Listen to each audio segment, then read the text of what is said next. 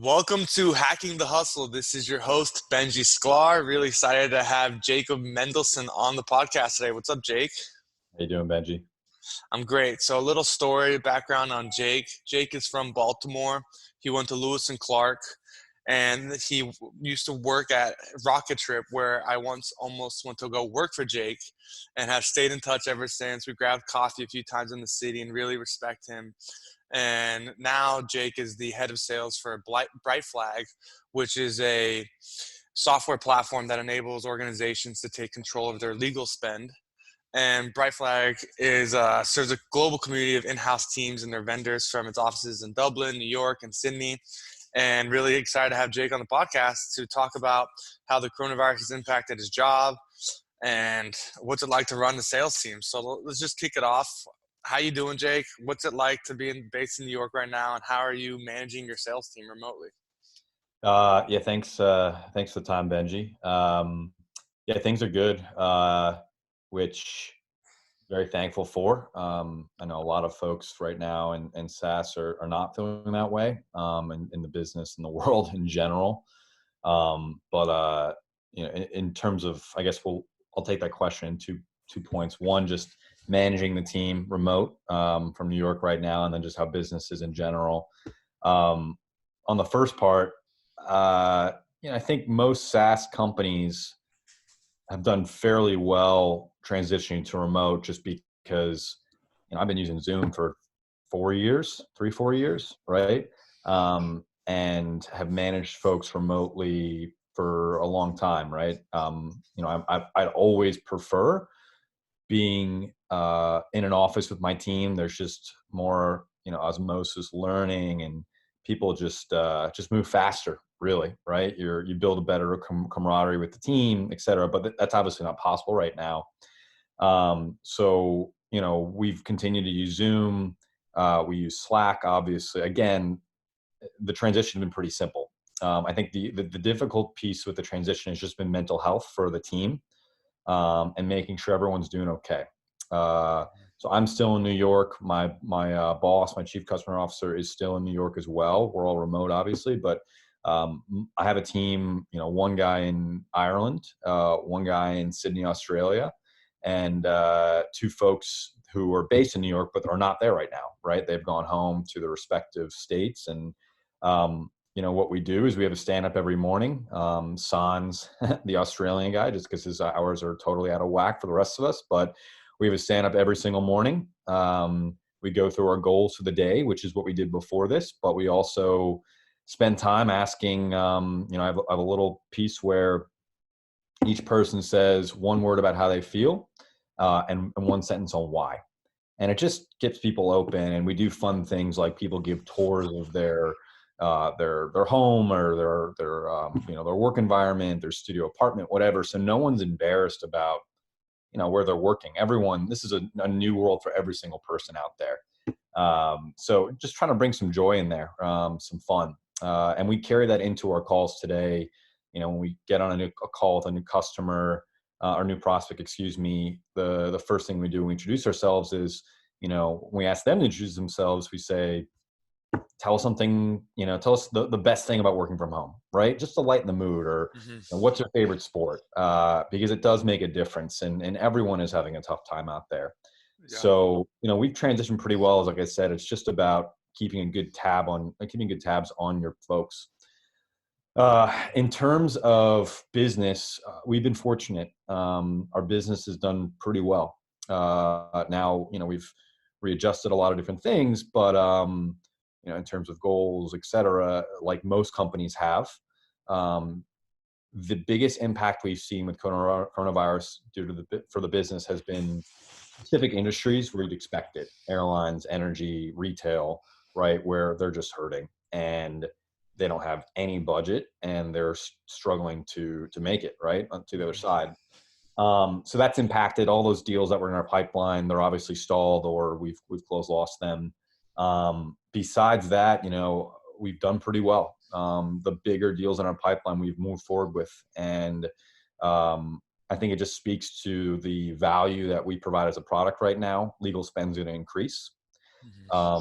internal legal costs are going to decrease, meaning internal legal teams are going to have less budget, but they're going to have more work. And our product helps them reduce time they spend on outside legal spend and the hours that it takes to review invoices. And it also provides them incredibly valuable imperative data on how to spend their money, right? Mhm. So we're saving them money and we're saving them time, which is exactly what they need to do right now. So we've continued to move forward in a really strong way on the strong deals in our pipeline. Can you explain how your product works? I'm in law school, so I have an interest personally. Yeah. So it's pretty. I'll keep it very high level. Um, Whenever a in-house legal team at a corporation has work, right? They can't take all of the work that's needed, right? They always will use outside legal firms. Mhm. So when they do that, and an outside legal firm sends a invoice for the work that they've done, it takes hours and hours to go through that invoice, Mhm. as well as hours and time to manage all their matters, etc. So what Brightflag does is at its core, we're an e-billing legal management spend platform. We use AI technology, machine learning technology, to read those invoices from outside legal firms and apply billing guidelines from that company, from our client, and ensure that they are being charged appropriately on every single invoice. So eliminating hours of work that it took them to go through manually line by line through these generally nuanced, complicated invoices. Mhm. So we're reducing costs on those invoices and we're reducing time spent.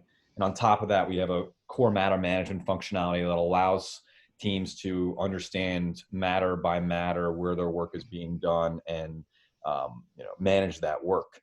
At the other end of the platform is our analytics and reporting, where we take that spend and we're able to tell our clients where they're spending their money by firm, by matter, et cetera, and allow them to make more strategic business decisions. So how do they budget in the future? How much do they budget on a particular matter, a particular law firm for the next year?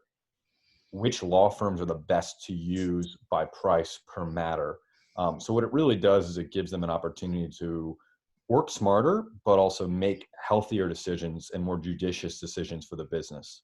Mhm. That sounds really valuable. I know that legal spend is a big issue and how it's an opaque industry, and and so it sounds like you guys have a unique product.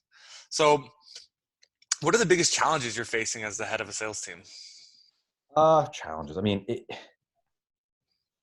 the biggest challenge with any sales leader is making sure you have, when you start, is making sure you have the right machine set up. And I mean is, you've got the right process for every single deal. Everyone knows what they should be doing. Every AE knows what they should be doing.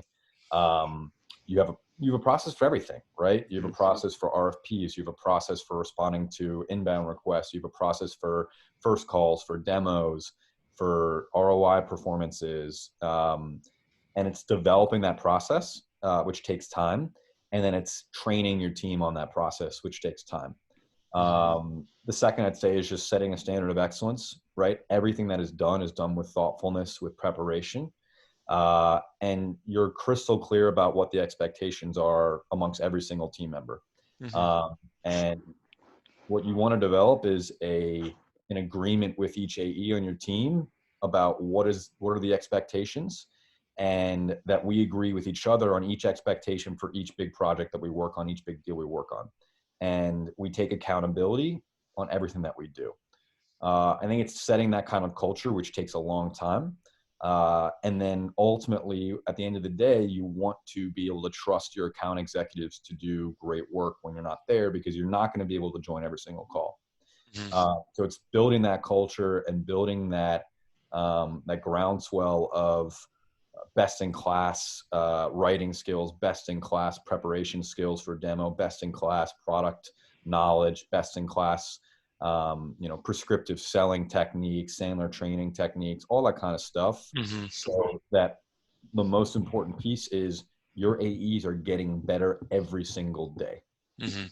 How how would you recommend someone like me and the millions of others first time founders, people who jumped the boat and didn't go work in a sales team and now are trying to launch a sales, like a SaaS product. And I don't really know what the best in class industry standards are for these processes. And so I'm like tripping over my toes, don't really know what I'm doing. How would you recommend I learn?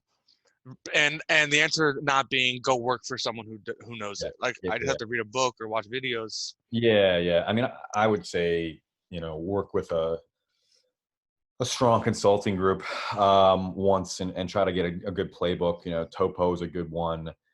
Sassy Sales is a great one. I learned from the founder of that, Matt Cameron, who's just an absolute guru on sales process and management. I was fortunate enough to work directly with him at Rocket Trip.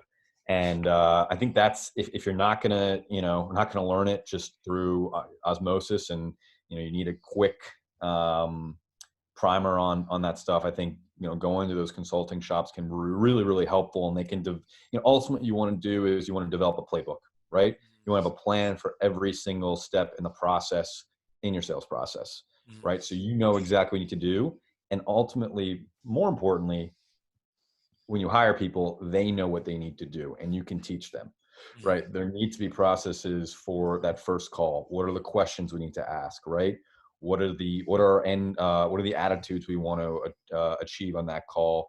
And what are the next steps we want to achieve on that call, right? What is the funnel, top to bottom of our sales process?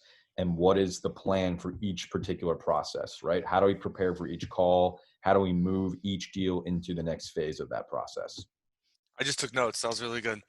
What do you what do you think salespeople are not doing that is screwing up their sales process? That Yeah, I mean, look,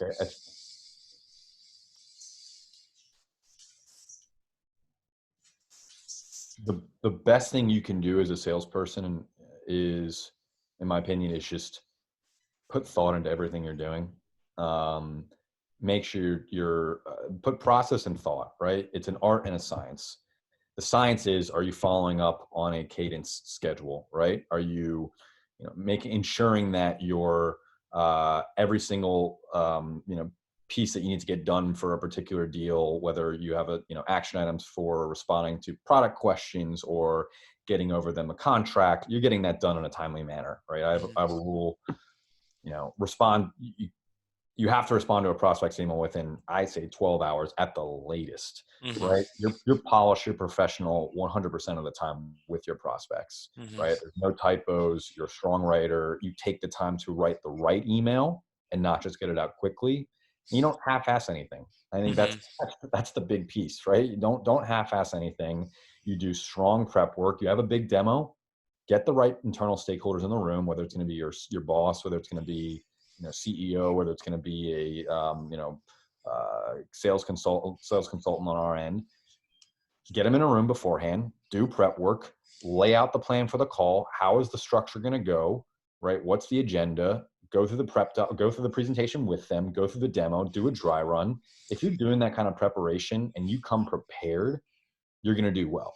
If mm-hmm, you don't, when you just show up to a demo and you don't know anything about the company and you don't really have a plan for the agenda, there's no purpose, agenda, outcome to start the meeting, right? There's no idea of prescribed next steps before you even get on that call, and you're bringing that up to them when the call starts, then mm-hmm. it's not going to go well.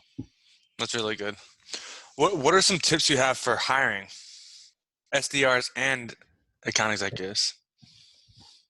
Again, have a plan, right? Have a number of questions that, for SDRs is a little different, right? I look for hunger. I look for EQ, IQ. I look for preparation, right? I test that, like have them do a cold call pitch, right? Mm-hmm, Set up, like if you like them, you answer some basic questions in the beginning. You like their attitude. They seem smart. They seem driven. They respond to you with a thank you note, right? That's super important. They're good with follow up. Set up as the next piece, like, look, I want you to um, pitch me. We're going to do a mock cold call. I'm going to be the prospect. Here's the company name. Do your research on the company and keep it pretty vague. Your goal is to try to get me to see a demo, right? mm-hmm, And do a cold call mock pitch, right? ask them some tough questions, see how they handle the pressure. Do they handle the pressure well? Do they get skittish? That's really important for SDRs, right? What's their comportment, right? What's their personality in those situations? Is it confident and unwavering yet thoughtful and human? That's what you want to find out. I'm more willing to take a risk on an SDR than an AE, obviously, right? Because you can find some great folks with different backgrounds who just are fantastic for the job. I've hired Ivy League people in the SDR role who didn't do well, right? Or I've interviewed Ivy League people for an SDR role who would have been terrible at the job. Yeah. So never let school or anything like that make your decision before you talk to somebody in the SDR role. AE role, it depends on the kind of company you have. If it's a low ARR, short sales cycle, transactional sale, it's going to be much different than an enterprise sales AE. I've hired only enterprise AEs who generally need SaaS experience, not always, but they have to be smart, right? They have to have a high IQ. They have to have strong emotional intelligence. That again is a more structured process in terms of, you do more calls, you ask them about, what's their quota been, what's their attainment been, take me through your proudest deal. You want to hear them go into detail on that deal from top of the funnel to the bottom of the funnel, right? How did it come in? How did you sell them? Who did you sell to? Who did you include internally? What were the bumps in the road that you had to deal with? You want to hear them talk 5-10 minutes about that proud deal, right? In detail. If they spend 30 seconds being like, yeah, we got one deal, came in inbound, I pitched the CFO and he liked it and we closed the deal. That's not the person I want to hire. Mm-hmm. And then you want them to pitch the product for 30 to 45 minutes and you want to keep it pretty vague. You want them to do the research. You want to see what kind of research they've done. I've had people who I were so excited about because they crushed the first few interviews, bomb their pitches because they weren't prepared and they thought they could just waltz in and pitch off the cuff, which that's never going to happen for enterprise sales. That was fascinating. I didn't know the difference, how you would bucket enterprise versus the more transactional. So who are the thought leaders in the space that you look up to, that you learn from when it comes to sales? I think, one second. Sorry. Matt Cameron, I mentioned, is he taught me the ropes, especially from a process perspective, and not just that, but how to manage people from the human side, right? It's about developing a team where people love coming to work every day, right? You got to develop that culture. That's super important for any winning culture. Dan Rush, CEO at Rocket Trip, I worked really closely with him for 5 years, especially the early years where it was him and I basically selling the product together and getting us from Series A to Series B, transitioning us from SaaS, transitioning us into enterprise sales and going through these gritty sales processes and, iterating on everything, on pricing, on sales cycle, on personas we're selling to, and then my recent boss, my new boss, Kevin Cohn, is just he's at Brightflag, really impressive guy, just incredible seller, incredibly knowledge about the product, incredible knowledge about the product, about the industry, about IT. He can get on every call, whether it's an IT call, InfoSec call, legal call, just really impressive. And I want to continue to learn. And I think that if you're any kind of sales leader in your early part of the career, just work with smart people. Like, don't always try to be the hero. Like, you don't have to be the smartest guy in the room. Like, when you're early on, learn from smarter people. What I see on Brightflag's website, it has book demo in the top right corner. Can you talk about inbound versus outbound lead generation, and what are you seeing is working for the companies you've worked for? It depends the company, depends what kind of product you're selling. Some companies going to be inbound, majority inbound, which is great, right? If you can develop that engine. We're seeing both work. Our marketing machine is incredible at Brightflag. We've got a great squad that is just churning out really valuable webinars and insights to the broader legal community. And I think that's where we've been successful is we've come across as experts in the space, which we are. And we're fortunate to have one of our co-founders who was a lawyer at a top law firm for a long time, so he speaks the language of our prospects. Mm-hmm. So we've been strong in that perspective, and I think it just look marketing. It's part marketing and the content you put out, but marketing when it comes down to it. In my opinion, it's a strong strategy, but it's the product and the deals that you're bringing in, right? Marketing grows when you have great name brands to talk about, right? Mm-hmm. People, a big piece we're doing right now is G2 reviews, increasing our presence there. And it goes to the mindset of any buyer in anything today. When you go on Seamless and you're looking at a restaurant you never bought for, what do? You go to the reviews. What are people saying about that? And I think the more reviews you have on your product, whether it's from current clients or anybody, it's on G2, whatever, or if it's even grassroots marketing, and it's just, word of mouth at a conference of, we're doing well in this and we signed this client, that's where the groundswell happens. And that's where the demos happen. Right. And it's, best form of marketing is getting new clients on and having them talk about your product. It's really interesting. That's a really good point. I'm I'm currently in the process of building a SaaS product that's in the lead generation business. We're a marketplace where companies generate leads by hiring freelancers to attend events on their behalf. That's the concept behind Forage. And the coronavirus totally took us by surprise because now events aren't happening. And so now I'm thinking, could a company like Brightflag, for example, hire a freelancer to attend an online event on your behalf to generate leads? I don't know. I don't think so. It's a tough sell. So, can you talk to me about like your thoughts on outsourcing, and can a sales team be outsourced? Yeah. And if not, why? Again, I think it's the product. I think it's is it a transactional? Is it enterprise? I think from a transactional sense, I don't see why not, Mm-hmm. right? If the product is easy to grasp, I think you can outsource sales. Mm-hmm. If it's not easy to grasp and you need to have a nuanced understanding, we have sales consultants, who do demos for most of our prospects. That's how complex our product is and the space is. In that case, I would never outsource sales, right? Just given the complexity there. Mm-hmm.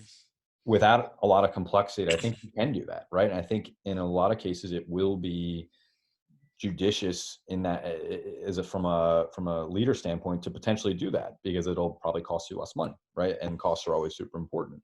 So I think from a transactional standpoint and a complexity standpoint, if the product is easy to grasp, I don't see why not. Yeah. All right, that's good to hear from me. All right, so before I let you go, what are some last words you have to say? If some insights, some things you'd like to share? Man, I don't have any insights. I just, you know, uh, have fun with work, right? Have fun with your team, have fun with the prospects, be serious when you need to be serious, but be lighthearted when you need to. People respect that. Be genuine, be human, and read as much as you can because it just makes you smarter. And Mm-hmm. yeah, that's it. I remember when we would meet for coffee, you would always be bringing up books, and I was like, oh, this guy reads, this guy knows his stuff. So I'll never forget that. Well, I really appreciate the time, Jake. I really learned a lot. This is genuinely valuable, and I hope it helps whoever may be listening. So thanks for jumping on the podcast and helping us hack the hustle. Thanks, Benji. Stay well, man. Appreciate it. Yeah, you too. See you, Jake.